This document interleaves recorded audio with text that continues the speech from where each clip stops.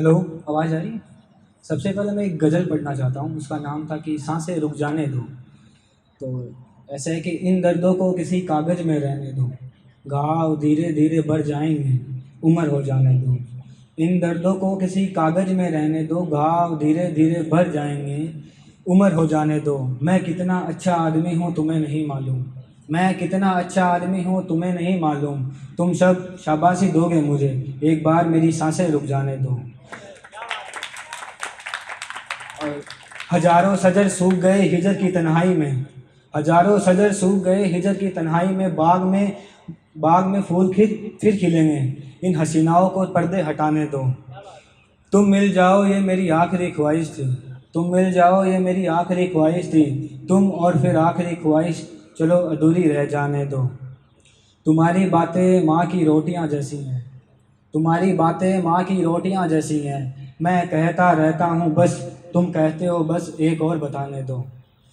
दरवाज़ों पर ताले सिर्फ घर की हालत बताते हैं, दरवाज़ों पर ताले सिर्फ घर की हालत बताते हैं। चोर को फ़र्क नहीं पड़ता वो चोरी करेगा, वक्त आने दो। जीते जी माँ बाप को रोटियां नहीं खिलाई, जीते जी माँ बाप को रोटियां नहीं खिलाई। तुम ही उनके सर में घी डालोगे, एक बार उनकी सांसें रुक जाने दो। और कि मुख्तलिफ होकर मुतमईन बैठा था जिससे मैं मुतशर था, कि मुख्तलिफ होकर मुतमईन बैठा था जिससे मैं मुतशर था।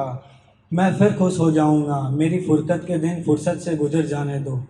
इन दर्दों को किसी कागज़ में रहने दो, घाव धीरे धीरे भर जाएंगे, उम्र हो जाने दो। अब अगली शायरी है कि जब किसी दिल टूटे से पूछते हैं कि तुम क्या फिर से दिल लगाओगे, तो उसके कुछ सवाल होते हैं। उस पर था कि कुछ सवाल हैं मेरे, जवाब दे पाओगे क्या? कुछ सवाल हैं मेरे, जवाब दे पाओगे क्या?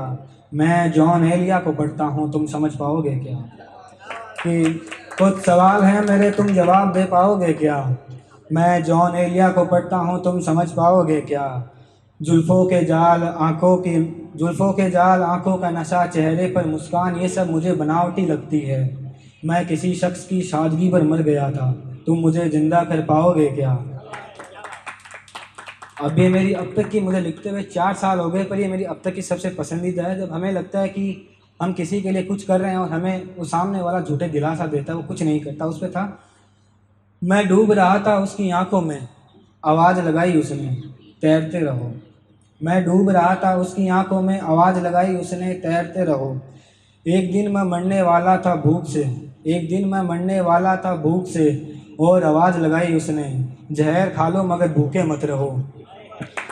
और एक दिन मुझसे गलती हो गई, मेरी सांसें रुक गई। एक दिन मुझसे गलती हो गई, मेरी सांसें रुक गई। एक दिन मुझसे गलती हो गई और मेरी सांसें रुक गई। मैं कर रहा था कब्र पर इंतज़ार उसका, और उसने आवाज़ लगाई कि मैं तैयार होकर आती हूँ, तुम जागते रहो।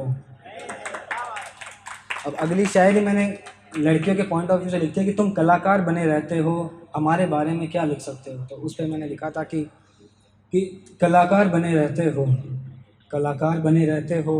उसके जुल्फ़ों की उलझन, माथे की बिंदी, कानों की बाली, होठों की लाली।